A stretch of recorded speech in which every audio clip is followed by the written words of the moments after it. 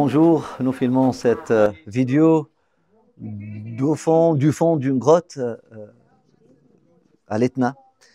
Euh, Pourquoi les grottes et des endroits comme ça ont toujours interpellé et attiré les chercheurs de vérité, des prophètes, hein, comme le prophète Mohammed, qui d'ailleurs a reçu le premier verset de révélation, ou la première coupe versée de la parole divine lorsqu'il était en méditation, en retraite spirituelle au fond d'une grotte à la montagne qui est appelée aujourd'hui la montagne de An-Nour, Jabal An-Nour.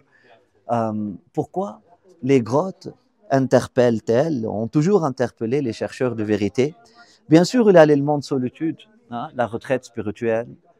Celui qui cherche la vérité a besoin de donner du temps à ce processus, à cette quête. On ne peut pas trouver la vérité dans le bruit, c'est dans le silence qu'on puisse et qu'on peut entendre et être à l'écoute de la voix du divin. Bien sûr, c'est le silence, c'est le secret du divin. C'est là où on peut entendre Dieu parler. C'est là où on peut écouter le fond de nous-mêmes. Mais symboliquement parlant, il y a un autre secret, la formation même des grottes. Il y a des grottes qui ont été formées à cause d'une faille. Bien sûr, la faille dans notre personnalité ou la faille dans notre vie, une déchirure, une fracture dans le relief extérieur de notre vie ou même dans notre pensée ou dans notre logique peuvent nous donner accès à une perspective intérieure beaucoup plus profonde au fond de nous-mêmes.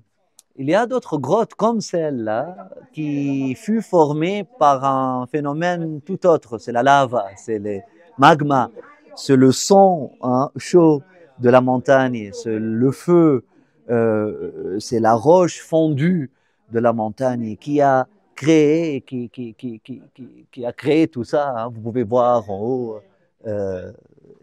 qui a créé tout ça, tout ce relief. Le magma, lava, c'est ce hamim.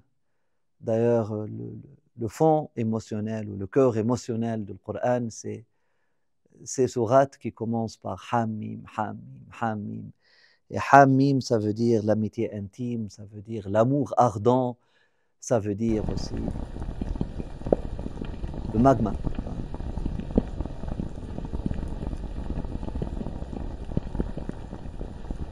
Dans la quête intérieure, il ne s'agit pas d'une quête froide. La quête intérieure ne s'agit pas d'une quête froide à la manière des philosophes modernes, je dirais, une pensée froide. Mais non, c'est à la manière d'une philosophie. Hein. Philo, c'est pas seulement une quête, c'est l'amour, c'est l'attachement ardent à la sagesse. C'est vraiment cet attachement, cette passion pour la sagesse.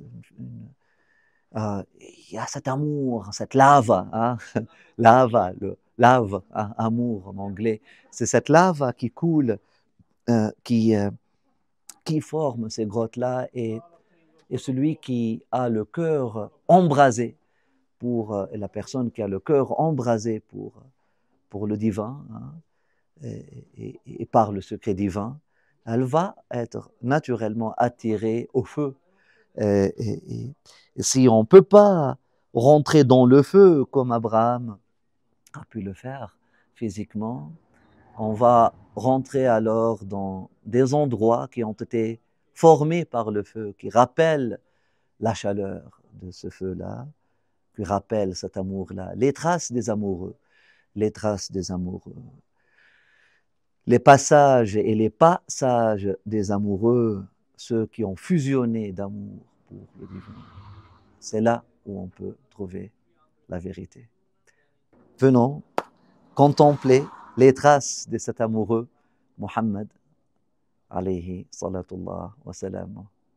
Assalamu alaikum wa rahmatullah.